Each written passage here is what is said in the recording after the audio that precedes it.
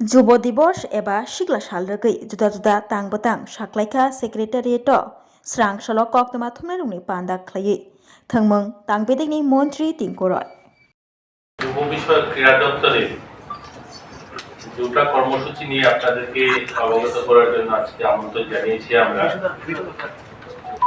প্রথম বিষয়টা হলো 23 মার্চ 2025 তারিখে আমাদের যুব বিষয়ক ক্রীড়া দপ্তরের উদ্যোগে যুব সংসদ ইউথ পার্লামেন্ট অনুষ্ঠিত হবে আমাদের ত্রিপুরা বিধানসভা হলে। এটা 2019 সালে শুরু হয়েছে। 2019 সালে সেটা যুব বিষয়ক ক্রীড়া দপ্তরের উদ্যোগে কেন্দ্র সরকার শুরু করেছে এবং সেটা শুরু 2019, 20, 21 সালে ভার্চুয়ালি হয়েছিল। তখনকার কোভিডের কারণে সেটা ভার্চুয়ালি অনুষ্ঠিত হয়। পরবর্তীতে সেটা 21, 22, 23 আবার পার্লামেন্টে হয়েছে সেই অনুষ্ঠান এবং সেখানে প্রতি বছর সংখ্যাটাও বেড়েছে। গত বছর যেটা হয়েছে 2022-23-এ সেখানে প্রায় 2,01,000-এরও বেশি ছেলেমেয়েরা সেখানে পার্টিসিপেট করেছে।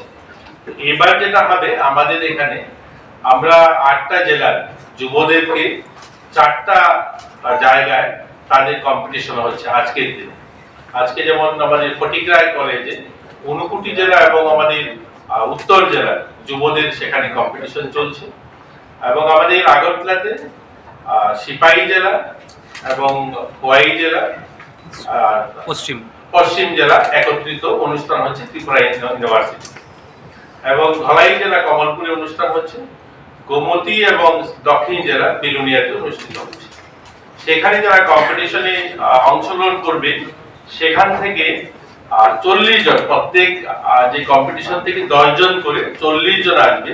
এই 40 জন আমাদের ত্রিপুরা বিধানসভা ভবনে হলে 23 তারিখে সকাল 11টা থেকে এখানে কম্পিটিশন হবে।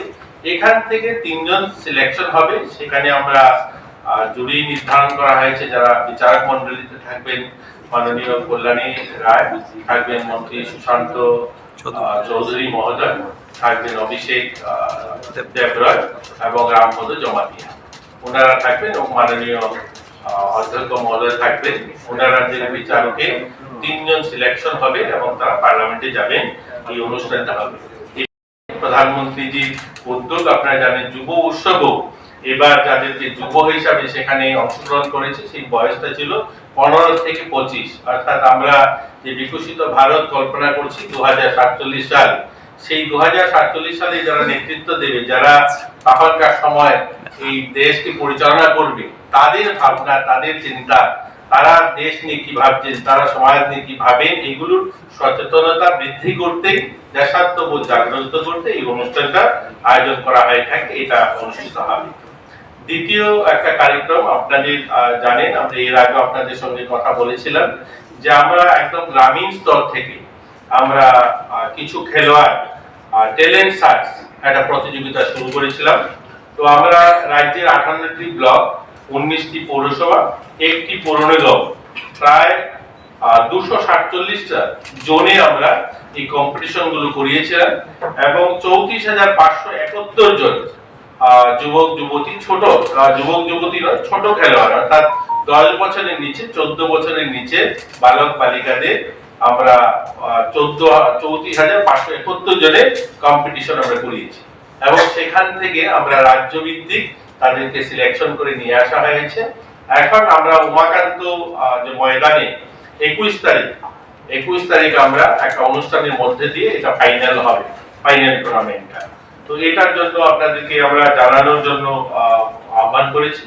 আপনারা জানলে খুশি হবেন, এটা প্রথমবার আমাদের রাজ্যে এই ধরনের ট্যালেন্ট সার্চ আমরা আয়োজন করেছি, যেখানে আমাদের উত্তর ত্রিপুরা জেলা থেকে প্রায় 4,353 জন বালক বালিকা অংশগ্রহণ করেছে এই টুর্নামেন্টে এবং আমাদের খোয়াই ত্রিপুরা থেকে 4,017 জন, ধলাই থেকে 4,042 জন, গোমতী থেকে 4,723 জন এবং ওয়েস্ট ত্রিপুরা ডিস্ট্রিক্ট থেকে 5,004 জন, সাউথ ত্রিপুরা থেকে 3,614 জন, সিপাহী জেলা থেকে 5,649 জন, ঊনকোটি ত্রিপুরা থেকে 3,216 জন। এই সংখ্যাটা গোটা রাজ্য থেকে এবং এদের ডাটাবেস তৈরি হয়েছে। এটা প্রথমবার আমরা একটা ত্রিপুরা স্কুল স্পোর্টস বোর্ড আর লাইভ বলে একটা অ্যাপস তৈরি করেছি। এই অ্যাপস এর মাধ্যমে এই সমস্ত খেলোয়াড়দের ডাটাবেস তৈরি হয়েছে। আমরা কোথায় কোন ব্লকে কতজন খেলোয়াড় আছে, কোন ক্যাটাগরিতে, যেমন আমরা যে কম্পিটিশন গুলো করিয়েছি সেটা হলো ফুটবল, খোখো, কবাডি, অ্যাথলেটিক্স, কোথায় কি ক্যাটাগরির ছেলেমেয়েরা রয়েছে সেই ডাটাটাও আমাদের কাছে রয়েছে। আমাদের বয়সে অর্থাৎ 14 বছরের ছেলে মেয়েদেরকে যদি আমরা ট্রেনিং করিয়ে নিতে পারি, এখন যদি তাদেরকে আমরা ভালো কোচিং করাতে পারি, তাহলে ভবিষ্যতে আপনারা জানেন আমাদের 40টা ডেডিকেটেড কোচিং সেন্টার রয়েছে এবং স্পোর্টস কাউন্সিলেরও আমাদের 60খানা কোচিং সেন্টার রয়েছে। এই কোচিং সেন্টারগুলোর কাছে এই ডাটাবেসটা যখন পৌঁছে যাবে, তারা তাদেরকে ডেকে সেটাকে কোচিং করাতে পারবে এবং এখানে আমরা রাজ্যভিত্তিক যেখানে ট্যালেন্ট সার্চটা হবে, এখান থেকে যারা ভালো খেলোয়াড় বেরিয়ে আসবে তাদেরকে আমাদের এখানে সাই কোচিং সেন্টার রয়েছে, খেলো ইন্ডিয়ার কোচিং সেন্টার রয়েছে, আমাদের যে স্পোর্টস স্কুল রয়েছে, আমাদের যে বাজারঘাটে যে স্পোর্টস ব্যবস্থা রয়েছে, সেখানে তাদেরকেও আমরা আরো উন্নত ট্রেনিং এর জন্য নিয়ে আসতে পারবো। এর জন্য এই আমরা ট্যালেন্ট সার্চ টিমটা চালিয়েছিলাম এবং এটা আমরা ব্যাপক সাড়া পেয়েছি। আগামী দিন হয়তো আমরা এই বছর না হলেও আমরা 1-2 বছর পরে এই যারা এসছে তারা 10 থেকে 14 বছরের, যখন তারা 16-17 বছর 18 বছর হবে, তখন আমরা সারা দেশে জাতীয় স্তরে খেলাধুলায় আমরা সুনাম অর্জন করতে পারবো, আমরা প্রত্যাশিত। তার জন্য এটা আমরা করা হয়েছে। এছাড়া আমাদের যুব বিষয়কে আরো 1-2টা কার্যক্রম রয়েছে। অনুষ্ঠানের সাথে সাথে আমাদের ব্লাড ডোনেশন ক্যাম্প আমরা এই 21 তারিখ যখন এই উদ্বোধনটা হবে, তার পরবর্তীতে আমরা একটা ব্লাড ডোনেশন ক্যাম্পের আয়োজন করা হয়েছে এবং 23 তারিখ সকাল 10টায় উমাকান্ততে একটা মেগা ব্লাড ডোনেশন ক্যাম্প হবে। অনুরূপ ভাবে রক্তদান শিবির জেলাতেও প্রত্যেকটা আমাদের যুব বিষয়ক ক্রীড়া দপ্তরের উদ্যোগে প্রত্যেক জেলাতে ব্লাড ডোনেশন অনুষ্ঠান হবে এবং ওই দিন সানডে সাইকেল রেস আমাদের পিআই যারা রয়েছে তাদের মধ্যে অনুষ্ঠিত হবে। এই ধরনের কার্যক্রম চলছে এবং আগামী দিনও আমরা চাইবো আমাদের ছেলেমেয়েরা যেন ভালো প্রদর্শন তারা করতে পারে সারা দেশে, আর আপনাদেরও সহযোগিতা আমরা চাইবো। এই মোটামুটি বিষয় আমাদের। আর আপনাদেরও আমন্ত্রণ রইল আমাদের 23 তারিখে যেটা অনুষ্ঠিত হবে বিধানসভাতে, যেখানে আমাদের ইউথ পার্লামেন্ট যেটা হবে, সেখানে আপনারাও অভিব্যক্তি তারা কি ভাবছে আমাদের রাজ্য নিয়ে, রাজ্যের রাজনীতি নিয়ে, এগুলোই এখানে আলোচনার বিষয় কিন্তু এগুলোই রয়েছে। তো দেশাত্মবোধ নিয়ে তারা কি ভাবে, তো সেই বিষয়গুলো আপনারা মানুষের সামনে তুলে ধরতে পারবেন। নতুন আমাদের ছেলেমেয়েরাও তাদের অনেকখানি উপকৃত হবে। আর কেউ কিছু জিজ্ঞাসা করবেন? স্যার স্পোর্টস স্কুল নিয়ে একটা মানে কালকে একটা স্টুডেন্ট আগরতলাতে একটা মেয়ে সুইসাইড করেছে, এটাকে স্পোর্টস স্কুলে হয়েছে in January, if I remember well, last part of the January. Sir ওইটার কি কোনো আলটিমেটলি কোনো ইনভেস্টিগেশন বা কোনো আমরা ঠিক বলেছেন, আমাদের স্পোর্টস স্কুলে যে ঘটনা ঘটেছে তারপরের দিনই আমরা শিশু সুরক্ষা কমিটি আমাদের এখানে যে চাইল্ড ওয়েলফেয়ার দপ্তরের চাইল্ড কমিটি যেটা রয়েছে, আমরা তাদেরকে চিঠি দিয়ে জানিয়েছি যে সেখানে ইনকোয়ারি করার জন্য, এবং আমরা ইনকোয়ারি করার জন্য পাশাপাশি যতগুলো হোম রয়েছে আমাদের যতগুলো হোম রয়েছে, আমাদের প্রায় 40টা হোম রয়েছে, স্কুল ছাড়াও আমরা যে সোশ্যাল ওয়েলফেয়ারের হোম রয়েছে যেখানে বাচ্চারা থাকে, তাদেরকে কাউন্সিলিং এবং তাদের মোটিভেট করার জন্য আমরা ওনাদেরকে দায়িত্ব দিয়েছি এবং ওনারা শুরু করেছেন একদম উত্তর জেলা থেকে সাবরুম অবধি আমাদের হোমগুলোতে তারা নিয়মিত ভিজিট করা, আমাদের স্পোর্টস এর হোমগুলোতে বা সোশ্যালের হোমগুলোতে নিয়মিত ভিজিট করা এবং সেখানে তারা তাদেরকে মোটিভেশনাল তাদেরকে বক্তব্য রাখা, তাদেরকে যেন বিভিন্ন সময় জানেন এই সময়ের মধ্যে অনেক কিছু আধুনিক যাদের হোয়াটসঅ্যাপ বা এই সোশ্যাল মিডিয়ার মাধ্যমেও অনেক ছেলেমেয়েরা অনেক সময় বিপদগামী হয়ে যায়। তো সেই ক্ষেত্রে আমাদের যারা শিশু সুরক্ষা কমিটিতে রয়েছেন আমাদের প্রত্যেকটা জেলাতে রয়েছে, তো তাদেরকেও আমরা চিঠি দিয়েছি যে ওনারা যেন সহযোগিতা করেন, ওনারা যেন এই কাউন্সিলিংটা করেন, মাঝে মাঝে যান তারা। আর ওরা শুরু করেছেন, আমাদেরকে চিঠি দিয়ে জানিয়েছেন এবং এটাও বিষয়টা কেন সেটা হয়েছে সেটার জন্য আমরা ইনকোয়ারির জন্য দিয়েছি। Sir since you are also the social welfare minister, sir do you think ये एक चिंता का विषय है कि बच्चों में इस तरह के सुइसाइड का जो टेंडेंसी है, 2 महीने में 2 हुए हैं, जनजाति से हैं, तो इसको नज़र रखते हुए क्या किसी तरह के साइकोलॉजिस्ट या इस तरह का कोई इनिशिएटिव? देखिए, इसलिए तो बोल रहा हूँ, हम लोग सोशल वेलफेयर की जो चाइल्ड कमेटी है उनको हम लोगों ने दिया वहाँ पे एक सेमिनार करने के लिए हर जगह में, और ये कंटिन्यू प्रोसेस, ये एक बार करके खत्म नहीं करना है।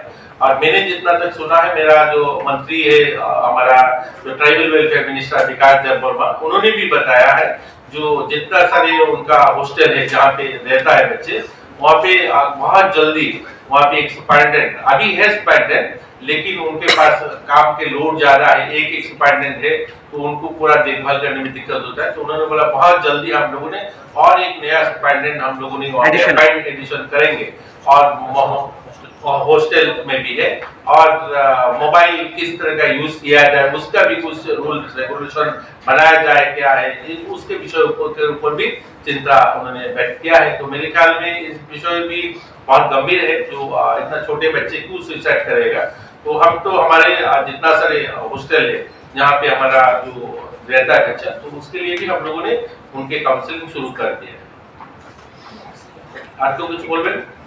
স্যার, আমার একটা প্রশ্ন ছিল, এনআরসিসি তে যে পরিকাঠামোটা আছে সেটা এখন আগের তুলনায় অনেক ভেঙে পড়েছে, এবং অভিভাবকদের একটা অভিযোগ থাকে যে বাচ্চাদের নিয়ে যখন এখানে যাওয়া হয়, কবাডি বা বাস্কেটবল যেখানে প্রশিক্ষণ দেওয়া হয়, বিভিন্ন যে লিস্টগুলো আছে সবটি অকেজো করে আছে 1-2 বছর ধরে, কেউ এটা মানে দেখাশোনা করছে না এবং ভেঙে পড়ে আছে, যার কারণে তাদের একটা অভিযোগ কারোর কাছে বলো কোনো কিছু লাভ হচ্ছে না। সেই বিষয়টা কিভাবে দেখছেন? দেখুন, এনআরসিসি তে তো প্রথমত এনআরসিসি তে কবাডি তো হয় না, এনআরসিসি তে প্রশিক্ষণ আছে, সাথে একটা বিল্ডিং যেটা আছে ওটা কবাডি হয় না, ওখানে বাকি অনেকগুলো খেলা হয়।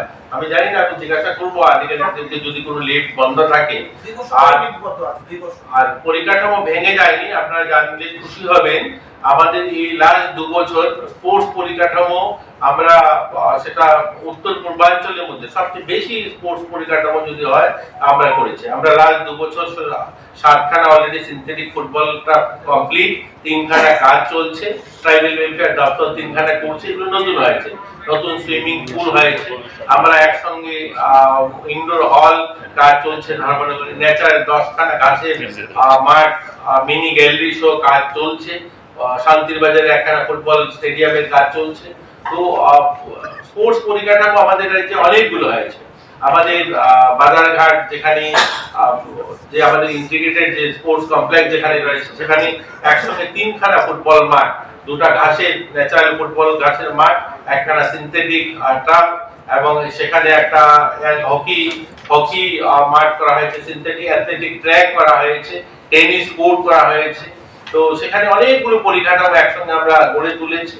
তো যদি কোথায় লিফট খারাপ থেকে থাকে সেটাও আমরা দেখবো মেনটেন করা, সেখানে যদি কোনো ত্রুটি থাকে সেগুলো আমরা, সেখানেও অনেকগুলো কাজ হচ্ছে। এনআরসিতে একটা আপনাদের বাস্কেটবল কোর্ট হচ্ছে, এবং সেখানেও একটা ইনডোর হল আমরা করার প্রয়াস করছি, যে আমাদের যেটা জিমন্যাস্টিক সেটা হলটা বাইরে একটা নতুন হলে নিয়ে যাওয়ার জন্য, সেখানেও কাজ শুরু হবে খুব শীঘ্রই।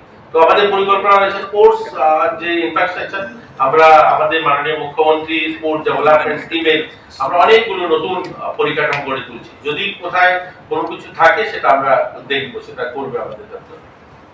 স্যার, পলিটেকনিকের এখানে ক্রিকেটটা যদিও এটা আপনাদের ডাইরেক্ট না, ওইটা কবে নাগাদ মোটামুটি কমপ্লিট হতে পারে? তো 2018 থেকে কাজ শুরু হয়েছিল, কিন্তু এই কাজটা শুরু হলো আপনারা জানেন কোভিড এর কারণে, একটা বড়